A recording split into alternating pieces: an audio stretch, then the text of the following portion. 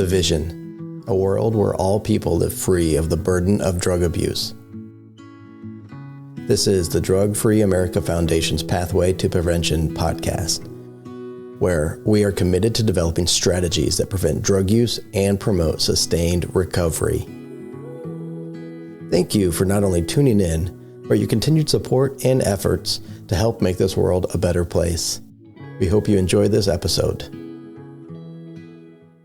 Hey everybody, this is Dave Clausen from the team here at Drug-Free America Foundation, and you're listening to the Pathways to Prevention podcast, the show where we chat with stakeholders from across the drug demand reduction spectrum about current trends in the global substance use pandemic, strategies to reduce drug demand, and how to best adapt those strategies to the ever-shifting substance use landscape. But before we start the show, have you visited the Drug-Free America Foundation website recently?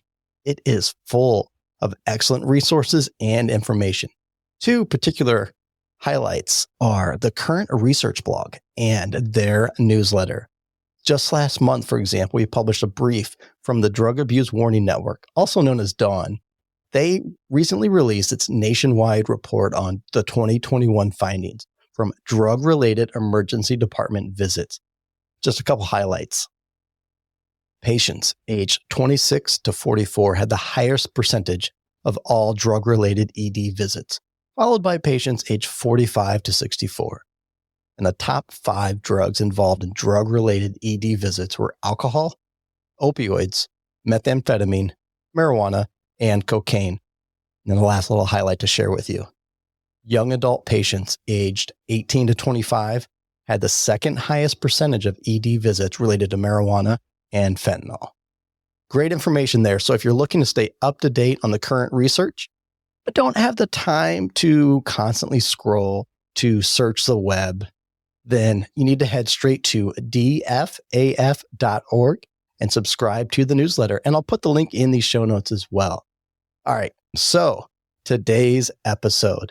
Today we are talking about the biology of addiction and recovery with Dr. Evelyn Higgins, who is an internationally recognized expert in the epidemiology of addiction.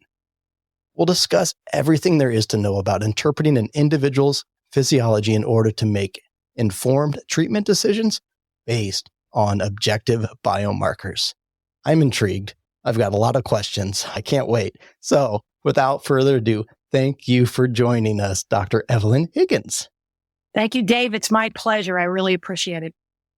All right. So your bio, phenomenal. Rather than read it off, would you mind sharing with our audience a little bit about yourself and maybe what led you to your current role today? Sure. I am a dual diplomate in disability pain management and in addiction and compulsive disorders. That started because in my initial role in pain management, I was seeing people start to become dependent. And this is over 30 years ago. And I'm in a rural area. And then 20 years after that, I'm in a metropolitan area and I'm seeing people becoming addicted, not just dependent. And I'm seeing this at a faster rate. So that was my area of practice. And I was seeing that commonality. And then personally, I married a man who was an alcoholic. And we had a child together. About a year after my daughter was born, we found out that he was adopted. And that led a lot of health history questions for me, for him as well, that we wanted to find out. He really had several addictions, if I'm being honest with myself. He's no longer with us. He's deceased in his early flight. That had so many burning questions for me of why are we not advancing this area of healthcare the way we are with other areas of healthcare? Why aren't we using technology to further where we're at? You know, so often in the addiction, substance use disorder world, we're practicing the same way as we did in 1970 or 1980. You know, we haven't taken those advances and really ran with them here. So it's a combination of all those things, professionally, where I was, what I was seeing, and then personally, my own life and what I saw, and found this need of, you know, if we're finding out so much about genetics why are we dropping the ball here? And I spent 17 years in R&D to create the panel that we now use at Wired for Addiction that looks at combination of neurotransmitters and hormones, our stress response to life, as well as genetic SNPs, polymorphisms, errors in genetic coding. So that's kind of the Clip Notes version of what got me here. Well, first, thank you for sharing the personal aspect as well with our audience. Definitely. Thank you for that. That is very powerful and important. When it comes to the work that we do, we all do have that personal aspect that does bring us to this work. Right.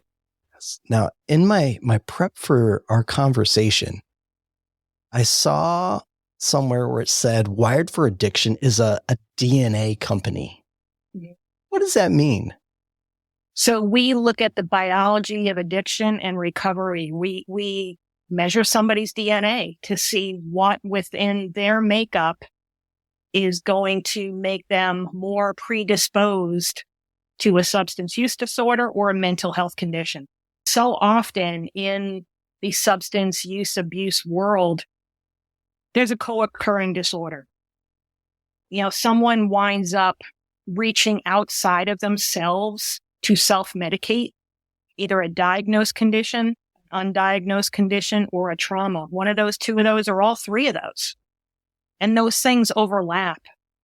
So we took a whole broad spectrum of being able to analyze someone's DNA and say what part of this would make this individual more likely to reach outside of themselves to self-medicate. Fascinating.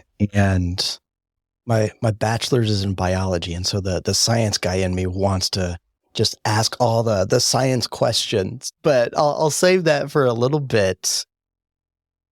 If I were to say folks can be wired for addiction, mm-hmm. What would your response be? I'd say absolutely we can be. We're born, here's your DNA, play your cards out, right? And we all come into the game with less than perfect DNA in different areas. That's just reality. So if for myself, for my lineage, let's say it's cardiovascular disease, for someone else, it's different types of cancers, for someone else, it's mental health.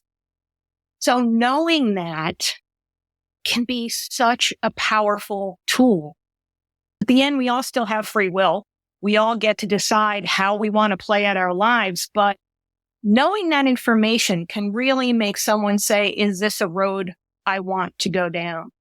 Oftentimes when I talk to parents and young people and I see the same genetic SNPs in a parent as I am in the child and similar behaviors as a result of that, I'll talk to the kid and say, you're in an age now where your buddies are going to say, hey, I have a great idea. After school, why don't we go do this? And let's try this out. Say there's 4 of you there. Next day, 3 of you say, no, that's cool. I don't want to do it again. And you're standing there saying, I really like that. Why don't we do it again today?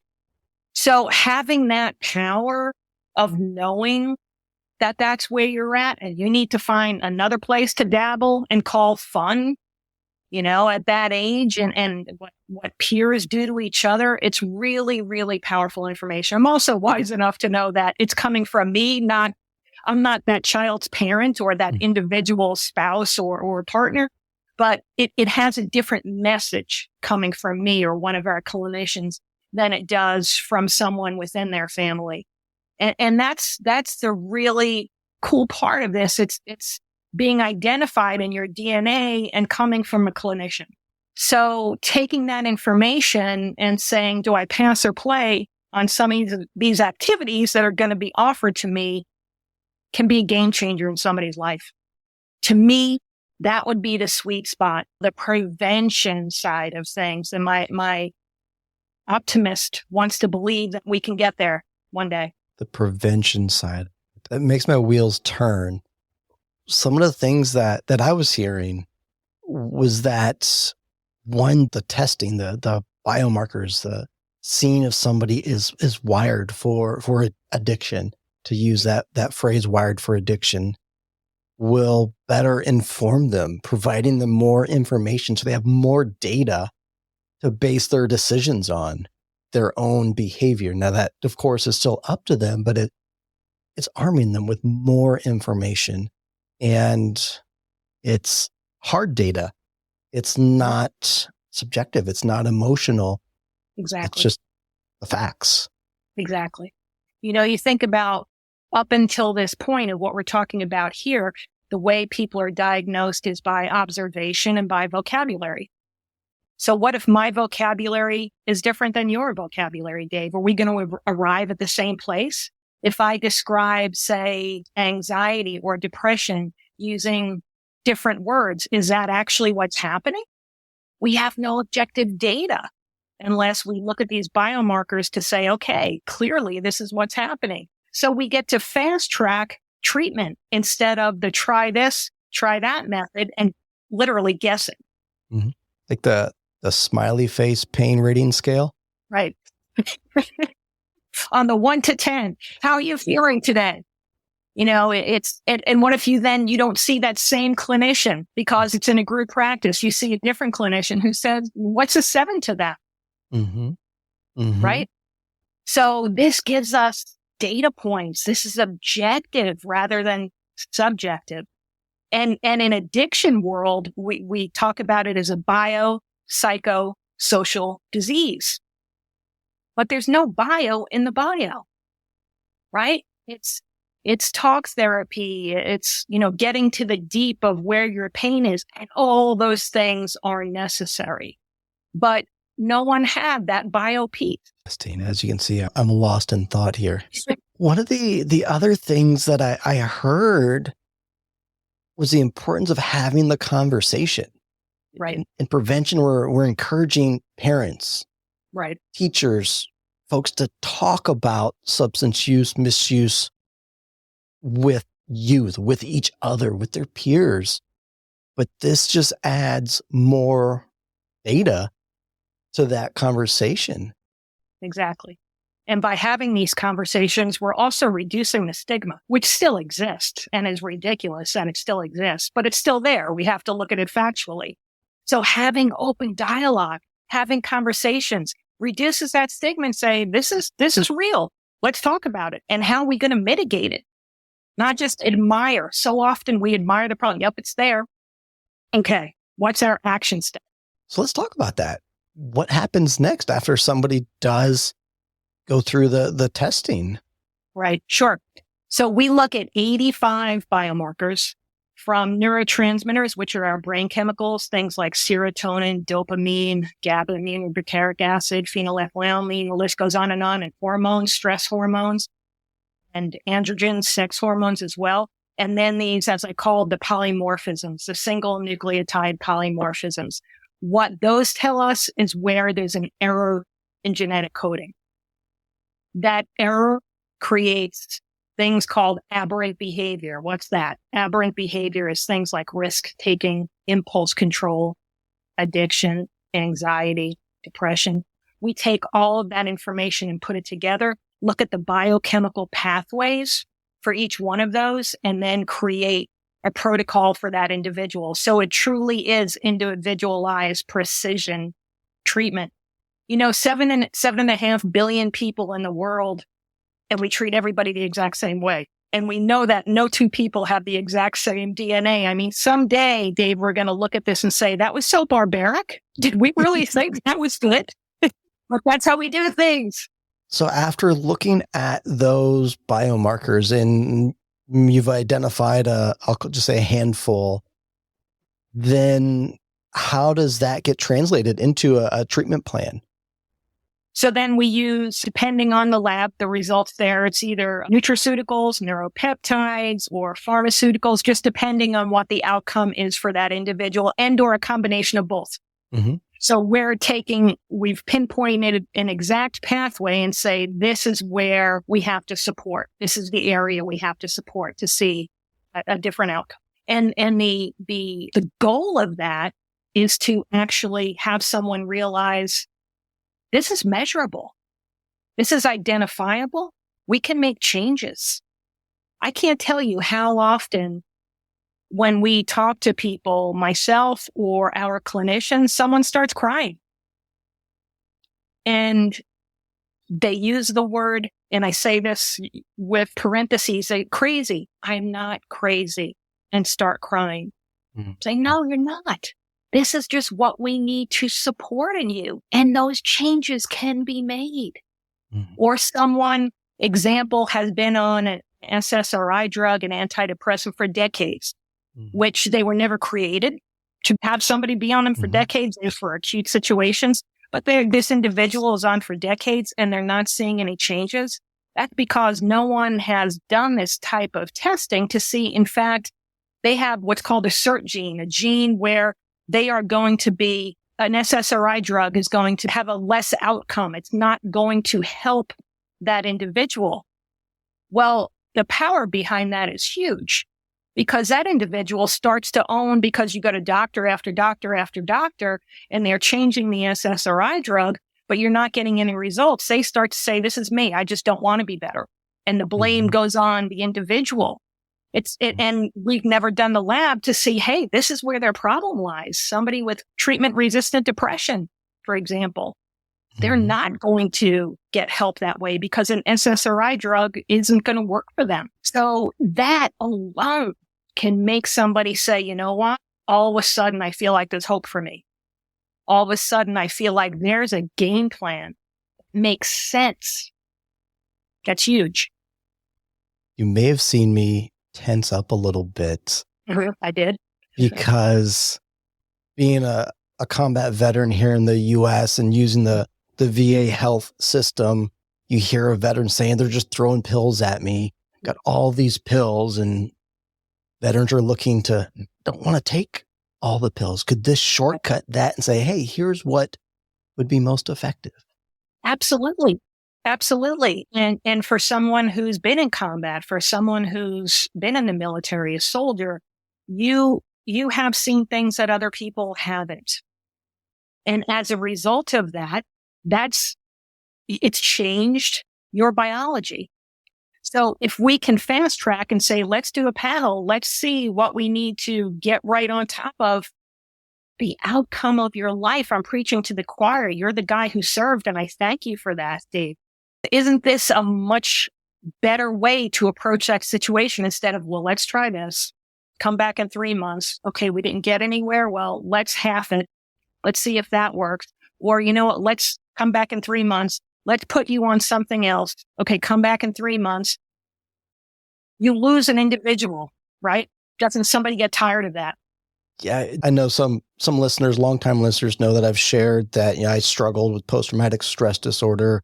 Went with an undiagnosed traumatic brain injury for years and drinking. And actually, so today is January 18th, 2023. Yesterday, the 17th, was my 3-year soberversary for 3 years now. So that's fun and exciting. But I still got work to do.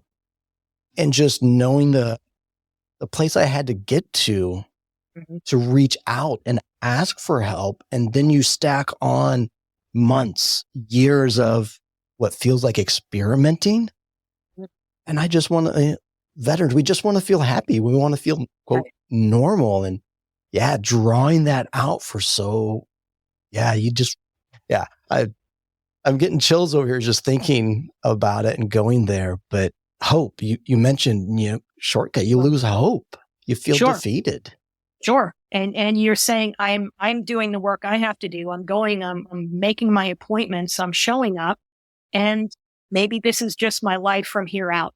When you start to believe that, you start to own it, and it doesn't have to be that way. Ooh, maybe this is my life from here on out. That's where I was before I decided to make a change. I just thought, well, this is just how I am. And I got sick and tired of being sick and tired. So I made a choice. And I'm getting us totally sidetracked for this episode. No, that's great. Because it's real, it's real. And there's nothing better than somebody that's lived it that gets to see, wow, okay, this could be different. And in your case, Dave, it's not just that vet with the PTSD. It's everyone in your world. It's your spouse. It's your children. It's your coworkers. It's your everybody that you interact with. The domino theory. of how many people are affected as a result of that, right? I've only seen a little bit, but the impacts of extended stress. So I was in Iraq for a year, and I've seen just enough that can impact your brain, your hormones. And then I think about folks that are living in traumatic environments as well, and that chronic wear and tear. What's out there as far as that impact on our biology, our brains? So cortisol is our stress hormone. So when you're under initial acute stress, your cortisol is going to go up because your body is trying to always stay in that thing we call homeostasis or balance. And it's saying, okay, fight or flight. I've got a lot going on here. I need to produce more cortisol. Makes sense to the body. But if we stay in that situation long term and we're producing so much cortisol, eventually we burn out our cortisol. We don't have enough. Now we know that the neurological system, the endocrine system, and the immunological system are all tied into what we call one NEI supersystem. We used to think each one acted on its own. It doesn't. Those are all tied in. So if your endocrine system with your cortisol is crying, I'm in fight or flight 24 hours a day, it's going to affect the nervous system, your brain chemicals, and your immunological system to turn everything on and have a hyper response to whatever is going on with you. That's when someone gets sick. So interesting. And yes, I could take us down a whole nother family related rabbit hole, but I'll cut that part out. Sure. Yeah. That's usually what happens. People start thinking like, okay, now I can identify all this stuff within my own family. And how did that person get there? How did that person get there? What was the starting point for all of us? So this brings hard data to treatment. Correct. We've had quite a few judges that look at what we call our biomarker evaluation report and say, this makes so much sense. We have to put this individual through this treatment while you're paying the price for whatever you did. That's supposed to happen. But part of the legal system is to make sure that you and I are safe when that individual comes out, as well as everybody else, to protect society as well as that individual. So they're starting to say, thankfully, we have a tool that uses hard data for the first time, and they're loving it. Yes. Where is this taking place, the testing? So we are a remote telehealth because we literally have global patients. We drop ship lab kits to an individual. So some have done it in prison, those people that we're talking about, right? They've done their samples in prison or at home, wherever it may be. So it's really available for everyone to use. We have a lot of first responders because, as you know, here again, I'm preaching to the choir. You've lived it, but how your physiology changes as a result of what you're seeing. So we make it so easy for everyone to be able to do this and then follow that individual through with 6 months of treatment, making sure that they are on track with their protocol and where it should be and the changes that we're seeing along the way. So what sectors do you work with? Do you have partnerships, or is it more open to the public? So it's open to the public. We have partnerships, as I said, in the legal community, in the criminal justice space, whether that be with attorneys working with their clients or judges looking for something like this, the prison system, individuals that come to us just saying, I know I have a problem and treatment isn't for me. I can't go away for 28, 30 days and leave my job, leave my family, but I know I have to do something. So I want to get treatment with you guys. And then treatment centers themselves, mental health and addiction facilities, using this as a value for their patients while they're with them. And then as a continuum of care, someone leaves. How often do we hear the stories of this individual's been in rehab 3, 4, 5, 6 X amount of times? Physiology was never addressed. We did all the talk therapy. We need to do that. But this physiology piece is just like all the others. You have a dry drunk or somebody who's white knuckling it. I don't drink anymore, but that person, no one wants to be near, right? There's just anger pouring out of every pore in their body because they've never addressed their physiology and they're struggling. And it's like life doesn't have to be as hard as we're making it. And our numbers are just growing and growing and growing with the result of COVID and what that did to people and vets coming back. The numbers are growing out of control. Clearly, you've got me thinking. I think you already know that. Yeah. But part of why I re-engaged with the VA for mental health treatment is that the longer I've been sober, I've been very intentional about personal growth, building healthy habits, healthy lifestyle, almost textbook. Beautiful. But I still am not where I want to be. And 3 years into it, like, well, what's next? What's that next step? I feel like I've done the work. I'm doing the work. What else do I need to do to reach that next level of happiness, of joy? Yeah. We get a lot of people like that say that exact same thing. It's my next step. Like I'm now a meditator. I've found my whatever it is, where prayer, whatever that might be, that's quiet time. My diet's cleaned up. Obviously I don't use any substances anymore, but I'm still not where I want to be. I'm still not finding that joy. It's still hard work. It's because the physiology is not where it should be yet. So you're talking about it being open to the public, working with specific sectors. The veteran in me is curious, have you engaged much with the military or the VA? Yes, we have. In fact, we are working on trying to get a pilot program going as we speak. Sign me up. Yep.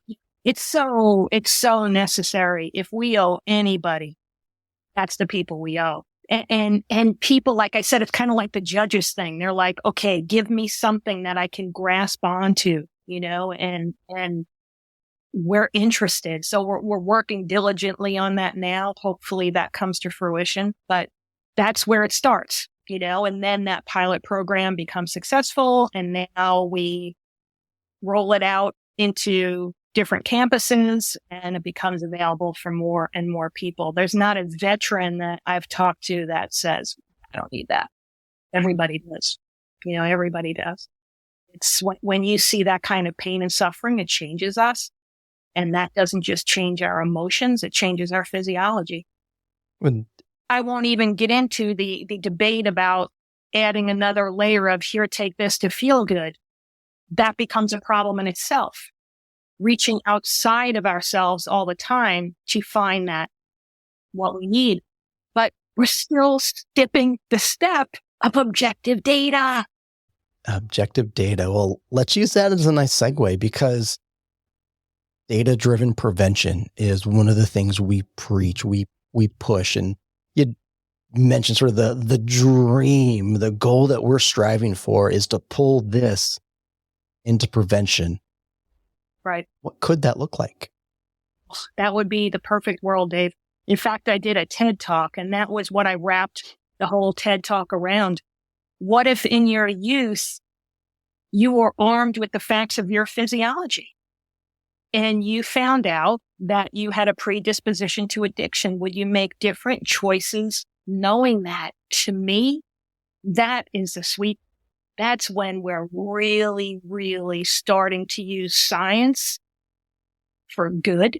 Mm-hmm. And that can change someone's life. We still have free will. We still all get to make our own choices. But knowing that, would you make different decisions? A comparable, at least in my mind, a comparable story would be that I wear a fitness tracker. It's just so much data. And I love all of the data on how my body reacts from my respiratory rate, heart rate variability, skin temperature, resting heart, all kinds of data. It tracks my sleep like you wouldn't believe. And what I found is that it has helped me change my behavior because I now have raw data and I can say, hey, if I have gluten, if I have dairy, this is what it's going to do. So not just my sleep, but my heart rate, my respiratory, like how it's going to impact my body. I have that just raw data that I can't argue with. It's there. And now that I have that, I make different choices for my behavior. Whereas before I had that data, I would brush it off or make an excuse. And I didn't have that direct link from the behavior to the impacts on my body. It was all more subjective and little different, but in my mind, it's the same. Right. No, it really is. It's because it makes it black and white, and it becomes, okay, this is what happens when I do that. You sit there and say, is that really worth it? Because I know what the outcome would be, rather than I shouldn't have eaten that. I feel horrible. Well, next time you do it, the same thing is going to happen, but yet you do it, right? So if we had something to look at, it does change people's behavior. I mean, the original Fitbit was like, here's how many steps up today. I'm going to beat myself. Let's go, right? We are driven by that as humans. So it makes sense to employ it. What kind of barriers or sort of hesitation have you seen or experienced from folks? Probably the initial, believe it or not, biggest barrier was in treatment centers. Wait, these people won't be coming back and this is our business? Believe it or not, that's the hard reality. Nowhere else was there any, I won't even call it pushback, just kind of a, do we really want that? Because I've been told by business guys within that area that part of the model is recidivism. We need to do better than that. And, someone going into a facility should say, you guys have this, right? This is cutting edge. I'm going to choose you because I want to do this while I'm here.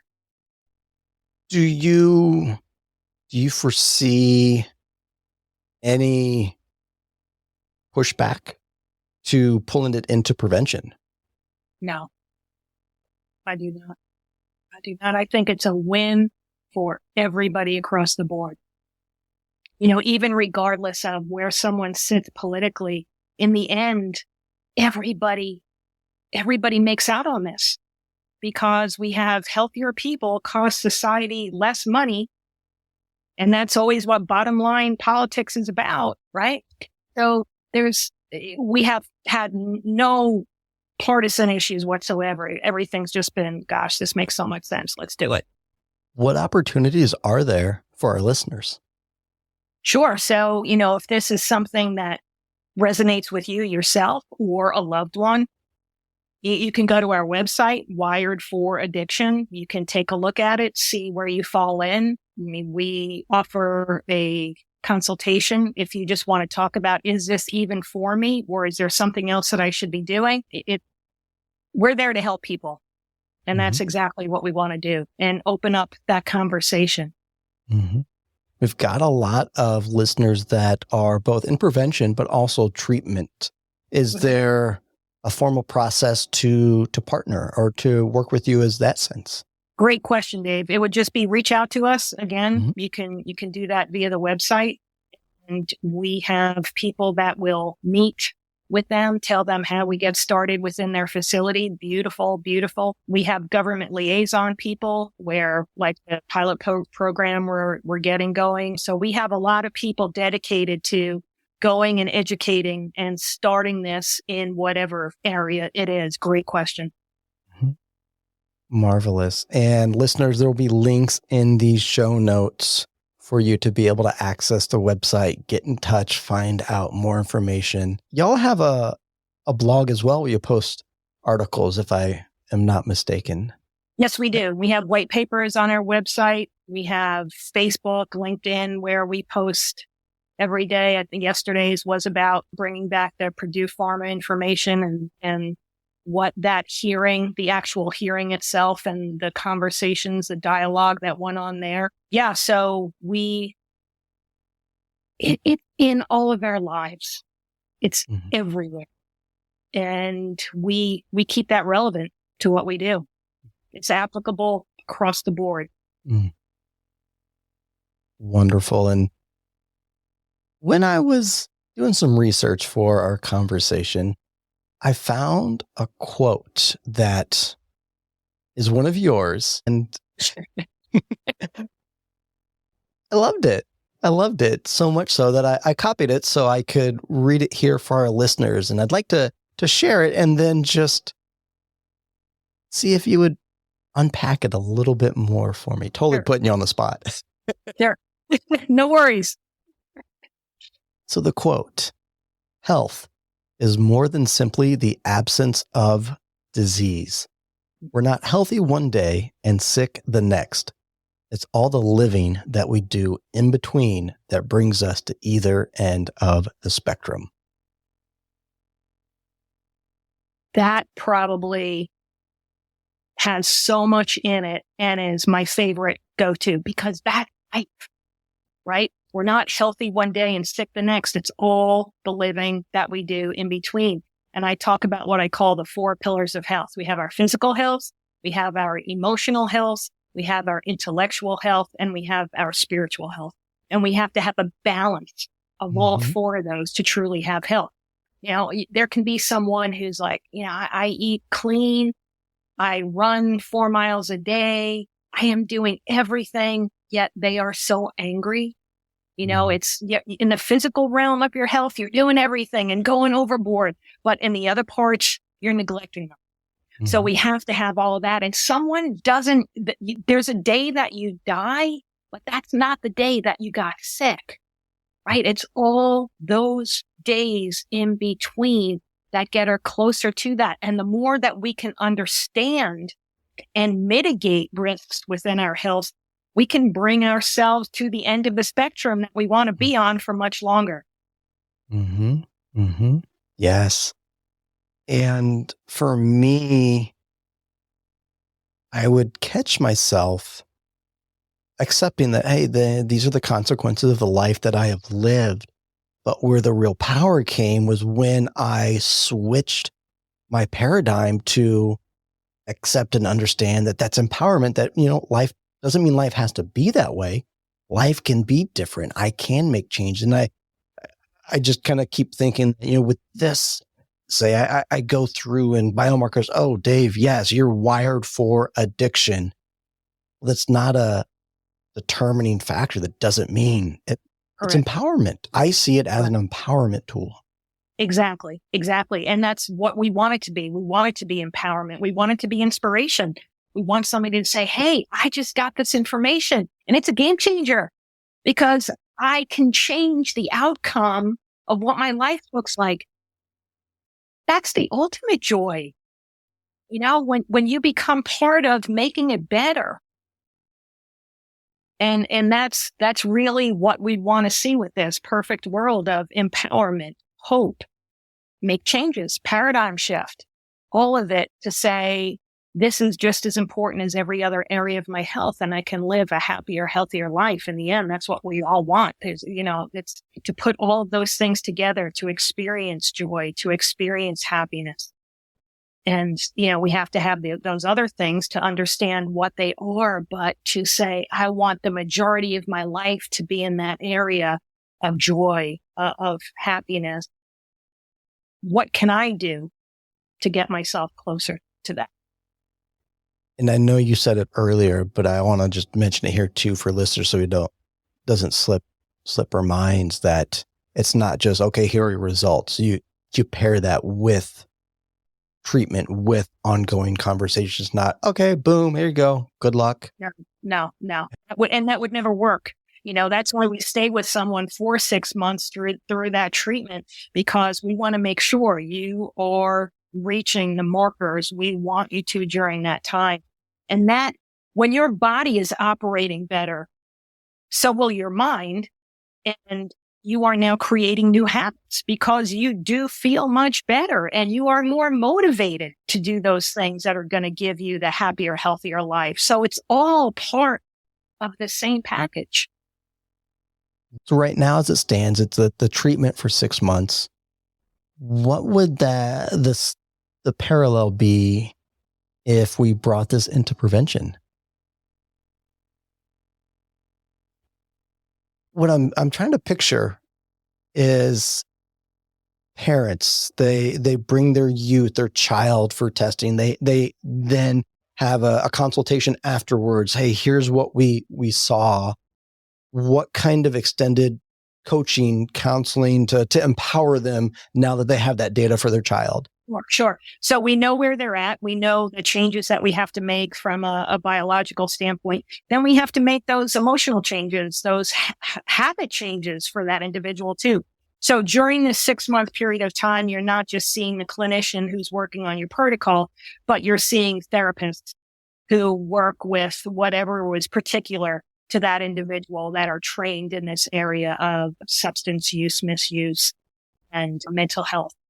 So they are working with the individual well, because when someone's physiology is where it should be, it's much easier to work with that person.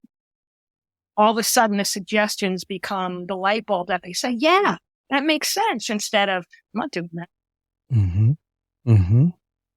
So what would it take for, say, a counselor that's listening, a treatment professional that's listening, like, hey, I want to learn about this so I can start incorporating it into my practice as well? Where can they get educated to learn about it, to use this data? Right. So perfect. Good question, Dave.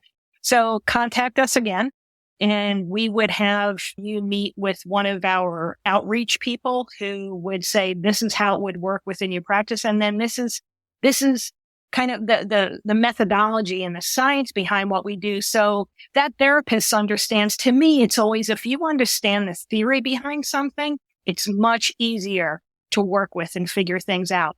So a therapist says, I want to incorporate this into my practice because I want to have better outcomes.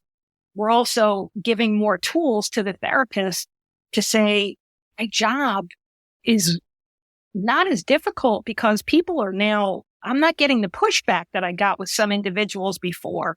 So it's a win for them as far as their workload goes, and then the results that you get in the end. So really great. Yeah, we do that all the time. That with individual therapists, you have your own practice, group practice, contact us. We'll show you how to get involved, the science behind it, and how to employ it into your practice. And I hope that the overworked, the overloaded, the stress to the max treatment and counselors, therapists out there hear that, because everything I hear, I get it. I get it. Oh. I mean, it took me 3.5 months to get my first appointment. So y'all are working hard. Right. And we want to keep those therapists in their positions, right? We want them to stay doing what they do. So we want to give them every tool that we can possibly offer to keep them empowered in doing the work they're doing, because today, more than ever in our history, we need those numbers to stay where they are, from counselors, therapists, psychologists, coaches. We have coaches that come to us. Ooh, tell me more about that. Yeah. So coach is working with individuals, and they say, there's more than just little habit changes I have to tweak. There's really something going on with this person that's outside of my wheelhouse. Would you guys, do a lab panel on them and see where they're at? I like it. Okay. Yeah. I'm taking notes. I could come up with questions for days and days and days, but I think we should probably bring this one close. But before we do, I've got one last question for you. Okay. So if you were to tell our listeners, if you're going to remember one thing from this episode, remember this, what would that be? Great question. Remember that there is a resource available for empowerment for wherever you are at in your mental health or substance use, misuse journey, and take advantage of what's available. It's a game changer.